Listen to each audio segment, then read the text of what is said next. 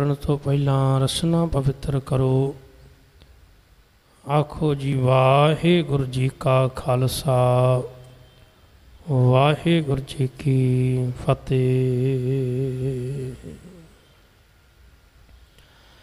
के जगतं कृति है, के शत्रं क्षत्रि है, के ब्रह्मं स्वरूप है, के अनभव अनूप है।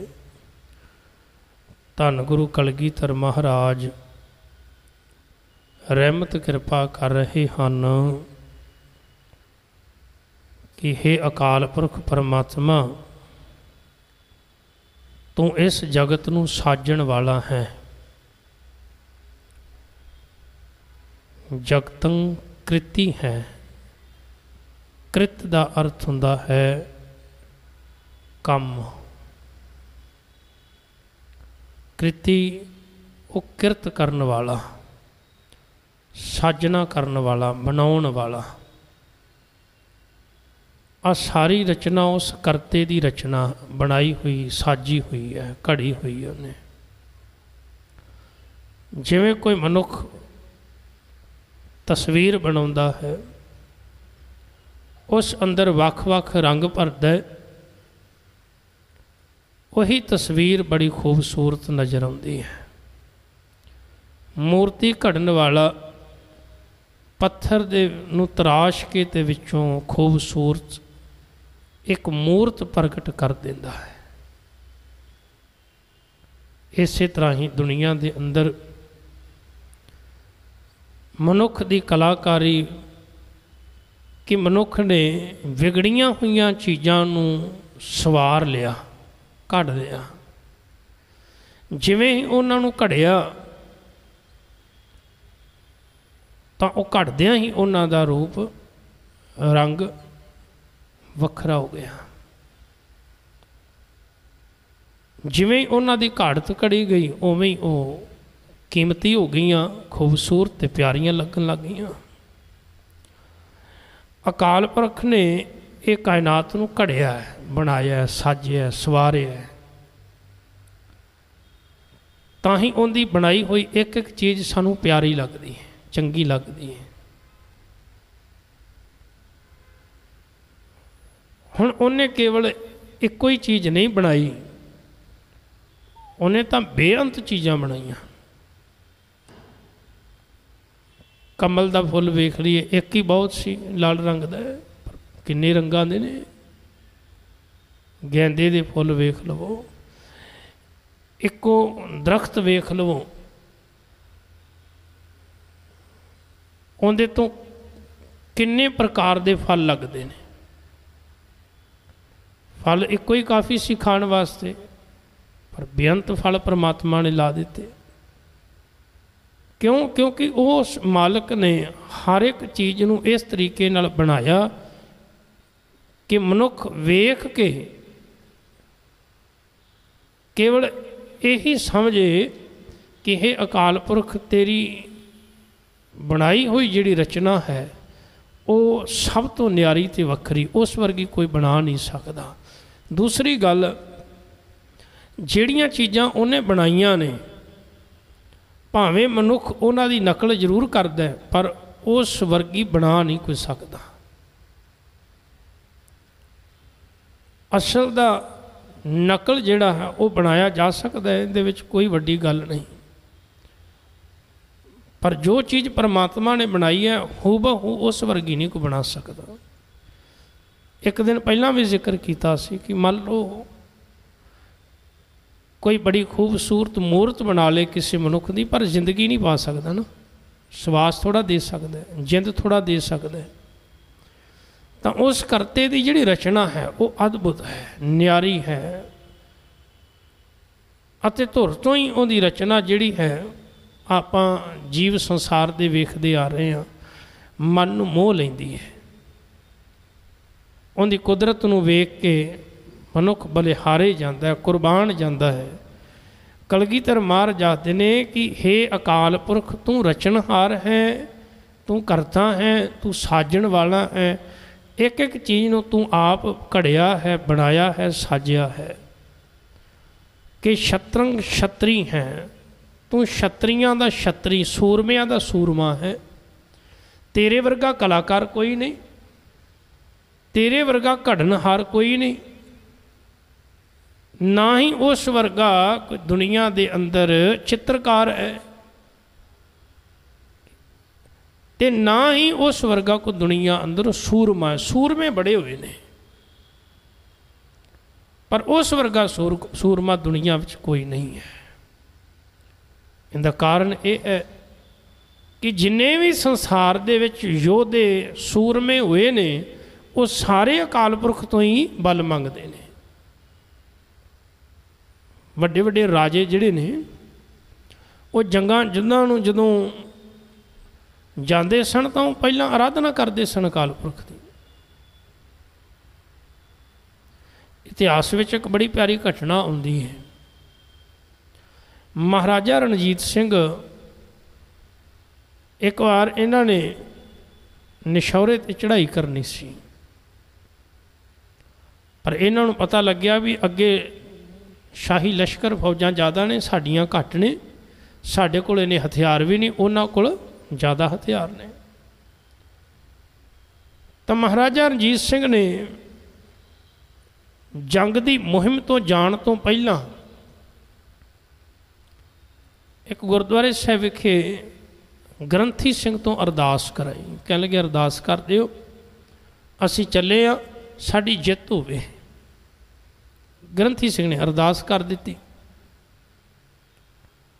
हुण महाराजा रणजीत सिंह जिहड़े ने, वो कोई मामूली शक्ति उन्हां कोल नहीं है, कि राजे ने, पर वो भी अरदास करके तुरते हैं। पर कमाल की गल, जदों जंग जित के वापस आए, फिर उस ग्रंथी सिंह नूं आके कह लगे भी दसो इस स्थान नूं आपां किन्नी जगीर जिहड़ी ना लवा दीए। अगों ग्रंथी सिंह भी दलेर सी, ते उन्हें आख्या महाराजा साहब रणजीत सिंह जान लग्या तो भिखारी से, आउन लग्या दाता किवें बन गया। जांदा होया तो आके गया अरदास कर दे भी जित प्राप्त हुई, जो हुण जित गया तो हुण मालक किवें बन गया, हुण दाता बन गया। सो वड्डे वड्डे सूरमे राजे महाराजे भी जिहड़े ने मालक दे दर ते अरदासां करदे सन कि महाराज सानू बल दिओ, सानू ताकत दिओ, सानू हौसला दिओ। ते कमाल दी गल है, जिन्हां नूं फिर मालक बल दे दिंदा सी, धन कलगीधर महाराज पातशाह जी दे चरनां विच सिखां ने आके आख्या भी सतगुरु पहाड़ी राजे भीम चंद दा पुत्र कह लगे हाथी नूं शराब पिया के लैके आ रहा है, तो पातशाह साढ़े कोल तां कोई हाथी है नहीं, असीं किवें मुकाबला करांगे। ते हाथी दे मत्थे ते 7 तवे बन के ते किले वाले पासे नूं आ रहे भी हाथी नूं शराब भी पियाई हुई है। हाथी ने आके मेन जिहड़ा दरवाजा है किले का तोड़ देना, तो पहाड़ी फौजां अंदर चढ़ जाणगियां, चढ़ाई करके खत्म कर देणगियां। भी घट ही थोड़े सिख होने ने, किन्ने होने ने, या उन्हां दा गुरु होएगा। आपां उस वेले ही उन्हां ते हल्ला बोल के खत्म कर देना। महाराज तक गल गई तो महाराज ने भी आख्या, सिखा ने आख्या पातशाह हाथी मस्त हाथी शराब पिया के लैके आ रहे। साहब कह लगे साढ़े कोल भी हाथी है। जदों गल आखी इन्नी तो सिख हैरान हो गए, एक दूजे वल वेखण लग गए भी इत्थे किहड़ा हाथी है। महाराज घोड़े तो हैगे ने पर हाथी कित्थे। तो महाराज ने इशारा किया, दूनी चंद बैठा सी, कह लगे आवे साडा हाथी है। दूनी चंद शरीर का बड़ा तकड़ा सी। साहब कह लगे भाई गुरु के लंगर रोज़ छकदा है, कड़ा प्रशादी देग छकदा है, एवें तो नहीं तकड़ा किया हाथी वर्गा, ये साडा हाथी है। जदों इन्नी गल आखी तो दूनी चंद कंब गया, कह लगा कित्थे हाथी कित्थे मैं।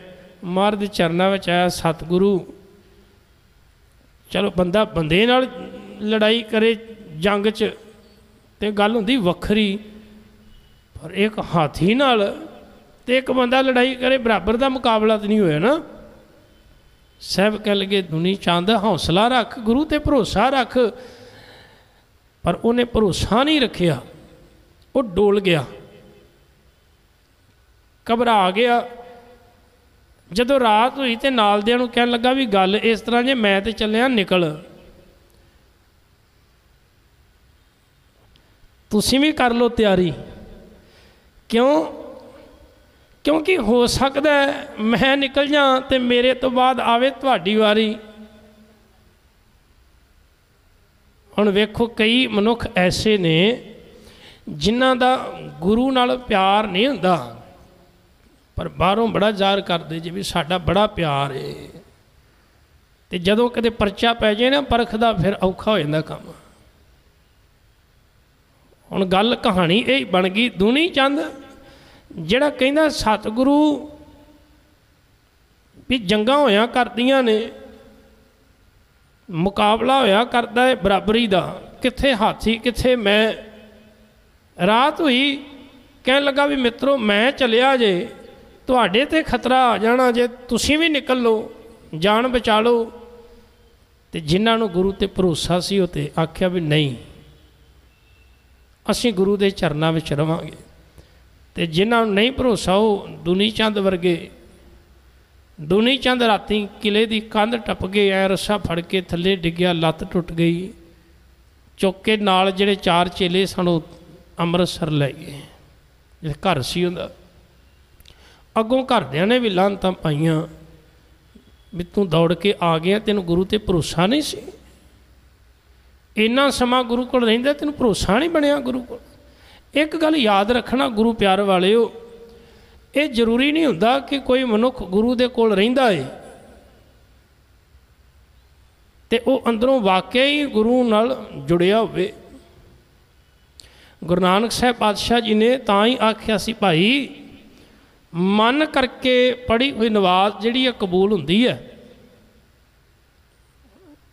शरीर करके कोई मनुख धार्मिक स्थान पर भी बैठा होवे पर मन करके ना बैठा होवे तां हाज़री प्रवान नहीं, गैर हाज़र है।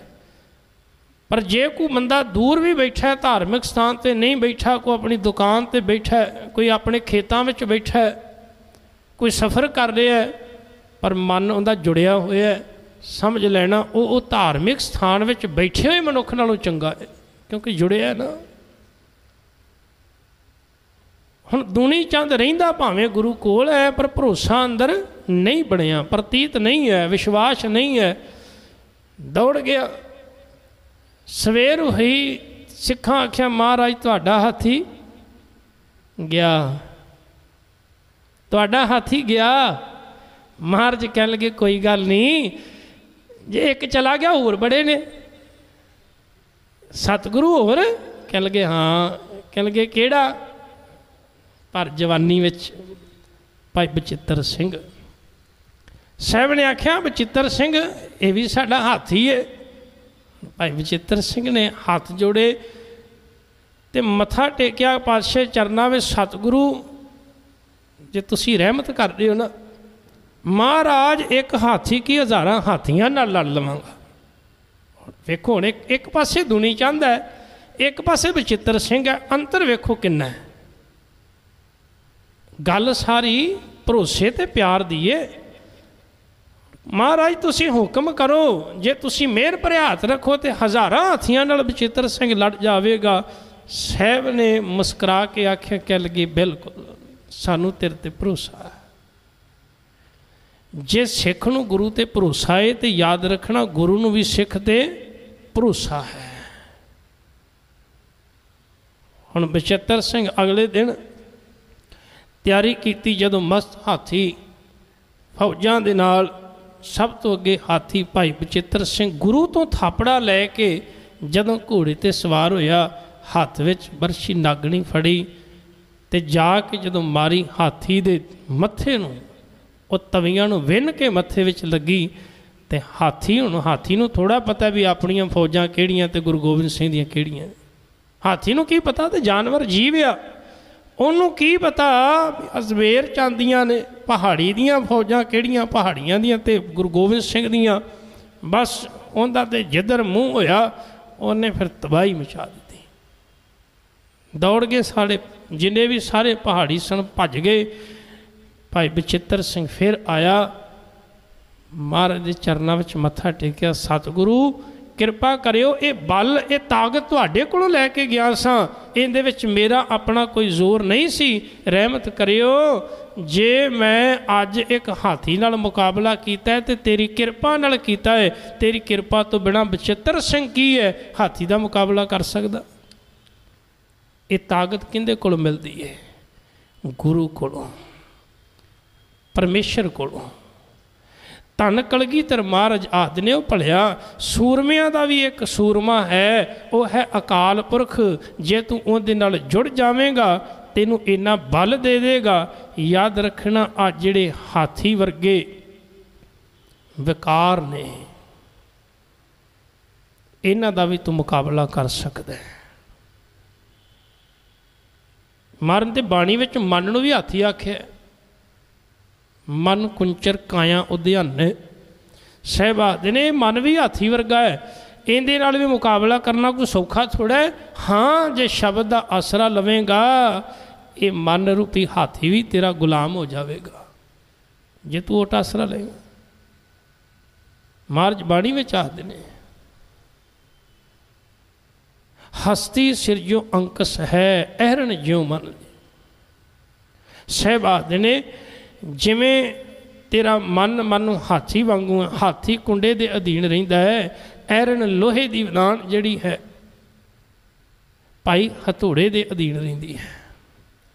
ਇਸੇ ਤਰ੍ਹਾਂ ਹੀ ਜੇ ਤੂੰ ਆਪਣੇ ਮਨ ਨੂੰ ਗੁਰੂ ਸ਼ਬਦ ਦੇ ਅਧੀਨ ਕਰ ਦੇਵੇਂ, ਆਪਣੇ ਇਸ ਤਨ ਨੂੰ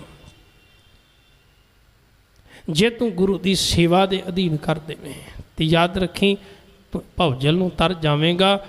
ਧੰਨ ਕਲਗੀਧਰ ਮਹਾਰਾਜ ਕਹਿ ਰਹੇ ਹਨ ਕਿ ਸ਼ਤਰੰਗ ਛਤਰੀ ਹੈ, ਤੂੰ ਛਤਰੀਆਂ ਦਾ ਛਤਰੀ, ਸੂਰਮਿਆਂ ਦਾ ਸੂਰਮਾ ਹੈ। ਕਿ ਬ੍ਰਹਮੰ ਸਰੂਪ ਹੈ, ਬ੍ਰਹਮ ਦਾ ਅਰਥ ਹੁੰਦਾ ਸੁੰਦਰਤਾ, ਮੂਲ।